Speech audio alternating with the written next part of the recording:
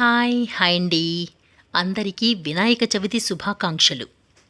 ఎప్పటిలానే ఈసారి కూడా మా అపార్ట్మెంట్లో ఇదిగో ఇలా వినాయకుణ్ణి పెట్టుకుని మొదటి రోజు పూజా విధానాన్ని చేసుకుంటున్నాం.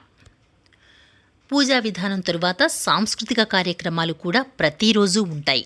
అంటే 8 రోజుల పాటు ఈ కార్యక్రమాలన్నీ అయిన తరువాత 9వ రోజు స్వామి నిమజ్జనం ఉంటుందన్నమాట. పూజలోకి వెళదామా?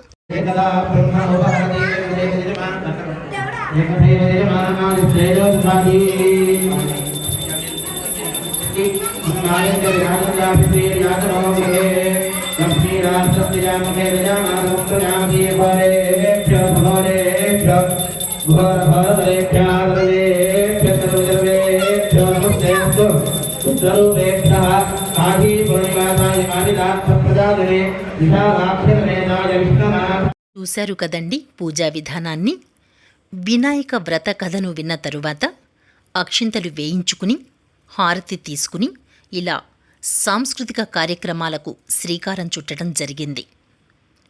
మొదటిగా భరతనాట్యంతో కార్యక్రమానికి శ్రీకారం చుట్టాం. రేపటి నుంచి అన్ని రకాల కార్యక్రమాలు ఉంటాయి.